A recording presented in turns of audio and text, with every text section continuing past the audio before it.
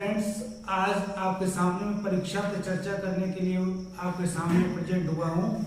आपके सामने तैयारी करते समय काफ़ी समस्याएं फेस करनी पड़ती हैं। उन सारी समस्याओं को मैं समाधान के लिए मैं आपके साथ हाजिर हूँ। अगर इन समस्याओं के अलावा भी कोई समस्या अगर आपके सामने आती है स्टडी में, तो आप मुझे मैसेज में कमेंट करें। उसका समाधान करने के लिए मैं आपको अलग से मैसेज या वीडियो बनाकर आप तक पहुंचाऊंगा। इस वीडियो को अधिक से अधिक स्टूडेंट्स के बीच में शेयर करें, जिससे सभी को इसका लाभ मिल सके। ठीक है। सबसे बड़ी समस्या क्या आती है स्टूडेंट्स सामने? सबसे बड़ी समस्या ये है कि हम तैयारी को किस तरीके से करें जिससे हमें एग्जाम्स में अच्छे मार्क्स लेकर आए। तो ये समस्या सारे स्टूडेंट्स के साथ रहती है। तो इसमें क्या करना चाहिए हमको? हमें ये करना चाहिए, जो हमने पूरी साल में नोट्स अपने बनाए हैं उन नोट्सों को बार बार रिवाइज करें। ठीक है।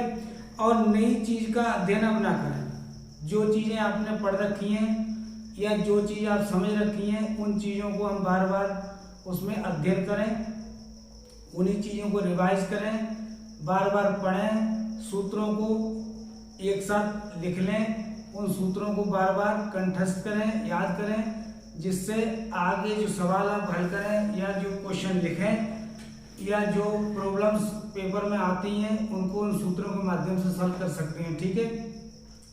इसके अलावा आपको जो प्रॉब्लम आ रही है टीचिंग में, जो भी पढ़ने में जो भी समस्याएं फेस हो रही हैं, कहीं आपको किसी क्वेश्चन में कोई प्रॉब्लम हो रही है या किसी समस्या को समझने में प्रॉब्लम हो रही है, तो उसको अपने दोस्त से शेयर करें और जो आपका टीचर है उसके साथ शेयर करने में शर्म महसूस ना करें।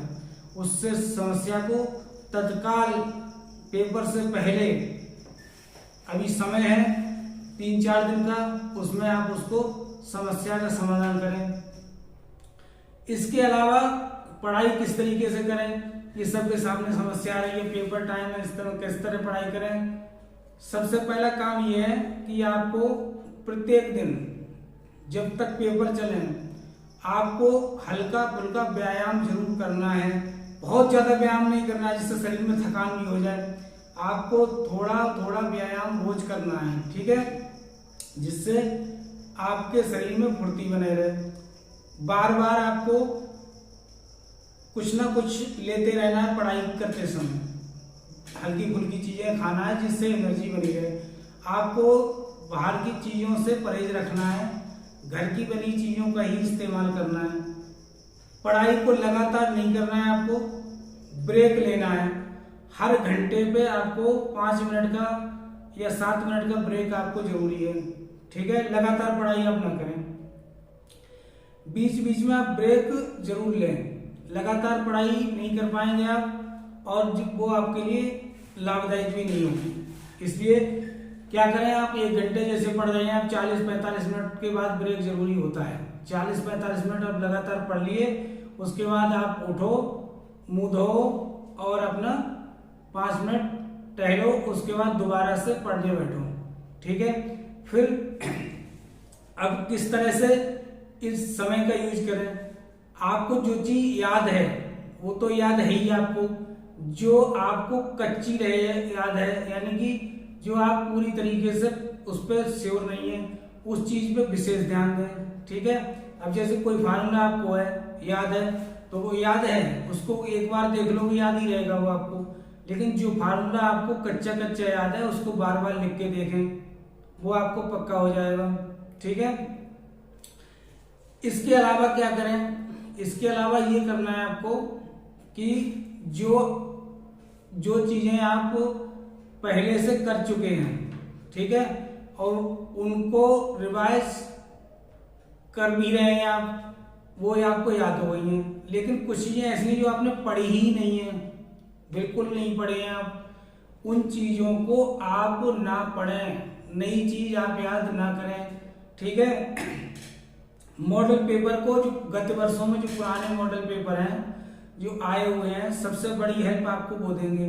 जो 2-3 वर्षों में लगातार पीछे जो क्वेश्चन आए हुए हैं, मॉडल पेपर आपके पास होंगे, उनको आप हल करें, और ऐसे हल करें जैसे आप परीक्षा हॉल में बैठे हैं।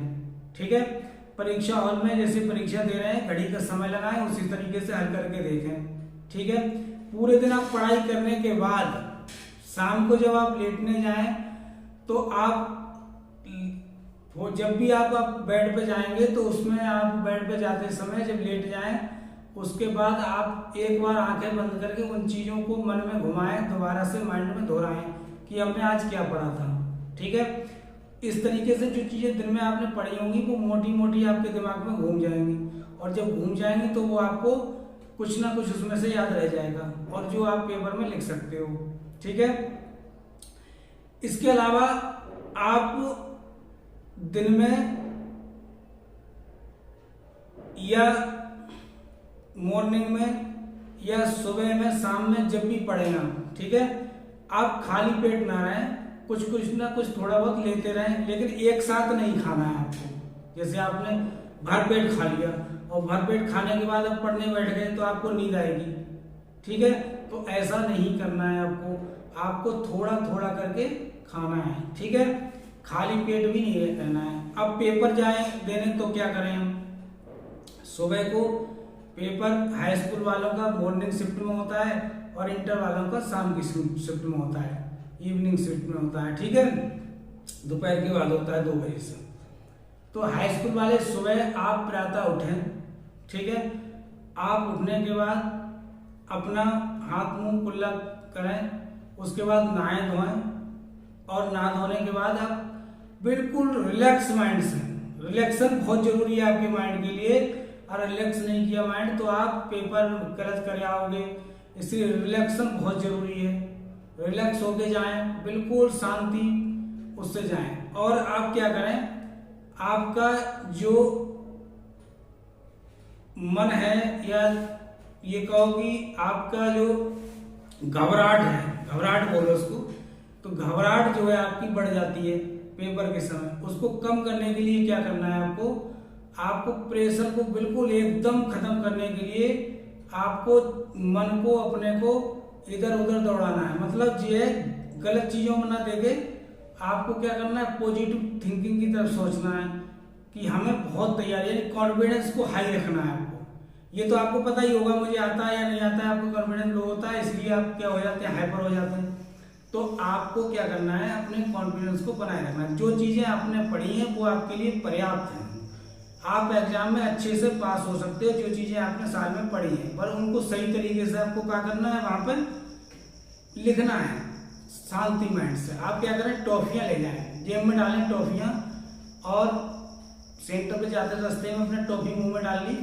इस तरीके से थोड़ा सा आपका माइंड डाइवर्ट होगा उससे, और आप उसको रिलैक्स कर सकते हैं माइंड को। और वहां पे जाके हॉपलेस बिल्कुल ना हो, हॉपलेस बिल्कुल नहीं होना है। पेपर में वहां जाएंगे आप, पेपर में जब देखोगे तो आपके पढ़े हुए बहुत सारे क्वेश्चन होंगे पेपर में, ऐसा दिमाग से बिल्कुल निकाल दें कि पेपर में हमारे पढ़ा हुआ कोई क्वेश्चन नहीं होगा, आपके पढ़े हुए ही अधिकतर क्वेश्चन होंगे, पर उनको आपको लिखना है अपने हाथ से, माइंड से सोच के कि हमने क्या पढ़ा था वो लिखना है, और आराम से आप पास हो जाएंगे। कोई पास होने में कोई दिक्कत ही नहीं होती है, बस क्या होता है हम हाइपर हो जाते हैं और हम उसको लिख नहीं पाते।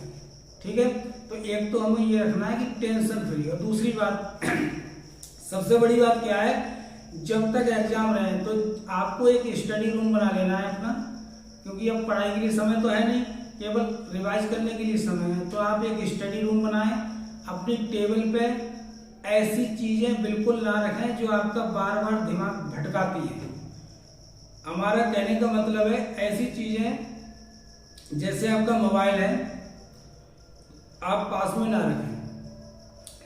पास में मोबाइल रखोगे आपका बार बार ध्यान मोबाइल पे जाएगा, आपका दिमाग जो है वो निरंतर पढ़ाई को नहीं लगेगा, बीच बीच में डिस्टर्ब हो जाएंगे आप, और आपकी तैयारी में व्यवधान आ जाएगा। तो अगर मेरी राय माने तो आप 1 महीने के लिए मोबाइल से दूरी बना लें।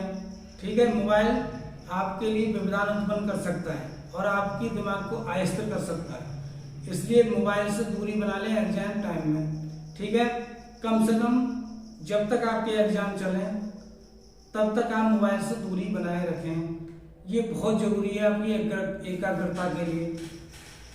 अगर आपका मन एकाग्र नहीं है तो आप एग्जाम में ठीक से परीक्षा नहीं दे पाएंगे, इसलिए एकाग्रता बहुत जरूरी है।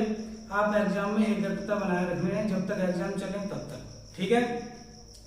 ऐसे लोगों के साथ बातचीत ना करें जो आपसे कमजोर टाइप के लोग हैं, जो कमजोर है पढ़ने में, उनसे आप चर्चा ना करें। आपसे जो होशियार लोग हैं उन्हीं से चर्चा करें, ठीक है। कमजोर वाला आपको कुछ नहीं दे पाएगा, लेकिन होशियार वाले से आप कुछ सीख सकते हो। तो इसलिए आप नेगेटिविटी वाले लोगों से दूर रहें। ये दिमाग से बिल्कुल निकाल लें कि वो हमसे ज्यादा होशियार है, कि ये मुझसे ज्यादा होशियार है। आप ये समझो कि आप उससे ज्यादा होशियार हैं, आप पढ़ने में उससे ज्यादा बेहतर कर सकते हैं, आप उससे ज्यादा एग्जाम में नंबर ला सकते हैं। इस पॉजिटिव थिंकिंग के साथ आप अपनी स्टडी को जारी रखिए। जीतेंगे हम, ये वादा करो, कोशिश हमेशा ज्यादा करो, किस्मत भी रूठे पर हिम्मत न टूटे, मजबूत इतना इरादा करो। इन लाइनों के साथ अपनी तैयारी को जारी रखिए। और इसके बावजूद भी अगर आपको कोई प्रॉब्लम फेस करनी पड़ती है तो हमारा नंबर नोट कर दीजिए 70 17 81 64 36, और इस पर आप बेझिझक होकर मुझसे बात कर सकते हैं और आपको हम समाधान जरूर बताएंगे अगर कोई आपको विज्ञान आता है तो। इसके अलावा आप ऐसा माहौल क्रिएट करें जहां पढ़ने बैठते हैं कि आपको डिस्टर्ब करने वाले लोग ना आए। कुछ लोग ऐसे होते हैं जो अपना पढ़ाई करते हैं रात को, ठीक है, आप पढ़ रहे होंगे दिन में तो आ जाएंगे, अरे क्या पढ़ना, छोड़ यार, लेकिन वो पढ़ाई कर गया है, ठीक है। तो ऐसे लोगों से सावधान रहिए, ठीक है। ये पढ़ाई आपकी जिंदगी के लिए है।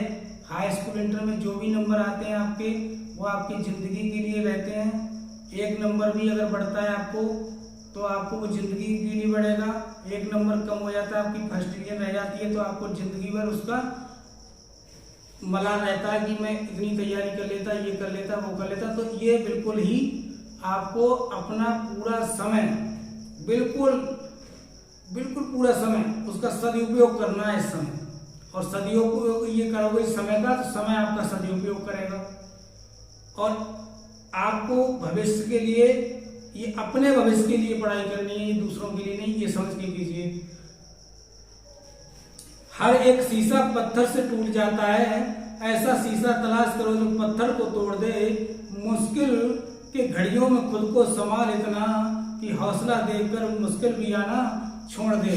इन्हीं शब्दों के साथ आप तैयारी कीजिए और कोई प्रॉब्लम हो तो बेझिझक हमसे बात कीजिए। हम आपके लिए 24 घंटे तत्पर और तैयार हैं।